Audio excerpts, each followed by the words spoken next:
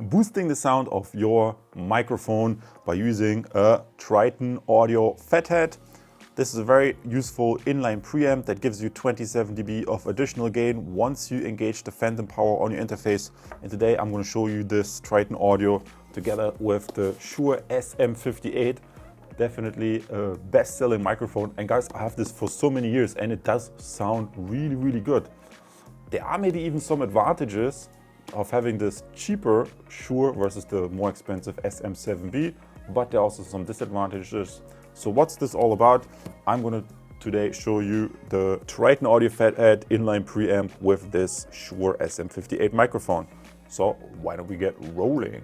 Terrific! Now I'm demonstrating, testing for you the Shure SM58 with my MOTU interface. As you can see here, the volume all cranked up all the way, and that sounds already pretty good. This mic has a proximity effect. With the Shure SM7B you don't have that as much because the capsule is a little bit more recessed, so even if you get all the way close up, there is still some space in between.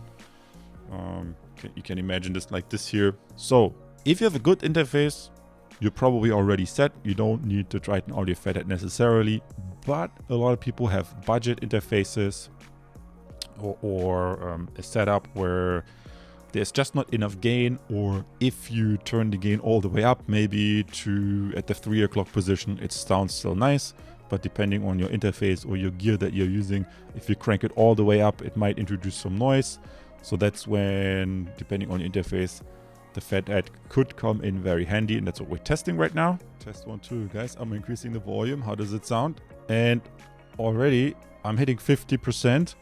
Maybe that's a little bit too loud. Dial it back a tiny little bit.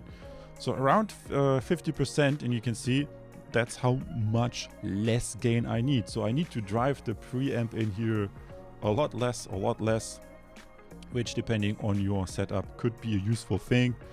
For me, I like this TritonAudio FetHead, but it's not really necessary. And in fact, if I turn this up a little bit too high, then you see, I'm talking a little bit louder, it's already clipping.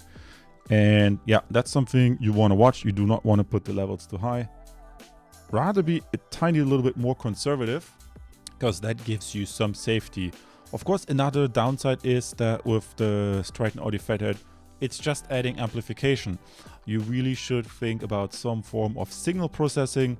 And one example that I can show you is if you want to go the hardware route as opposed to the software route, is like this DBX channel strip, where you can add a noise gate, an expander gate, as well add some change the sound. Like for example, you can have a low cut or a high pass, yeah, so that when you talk, you have a podcast with a few people on your wherever you're recording the podcast, and one of the person on your podcast gets very close to the mic, then you have this proximity effect.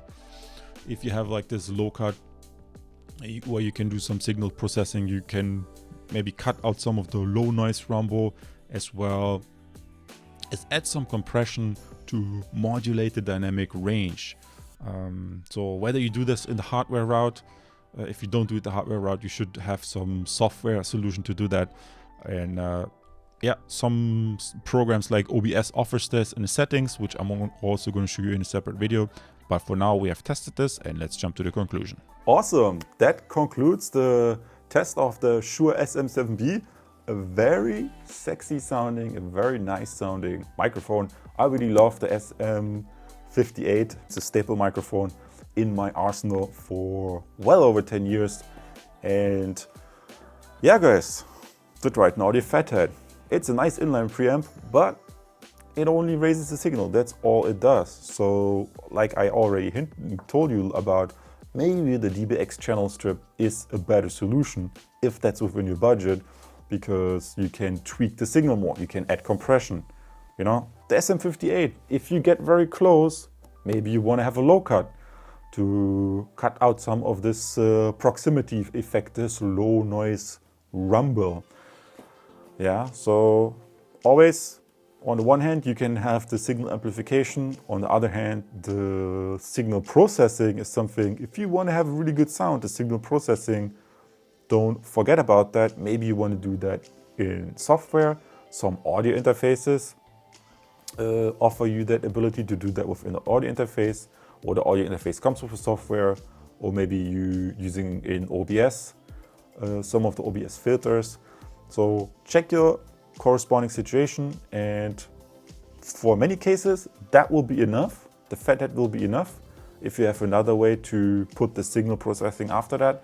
But for people who want to do the signal processing before sending it in the computer, if you want to do signal processing hardware-wise, the DBX I think is better. That's my conclusion, and I see you as a subscriber. Leave a subscribe or a like, helps the channel. Bye.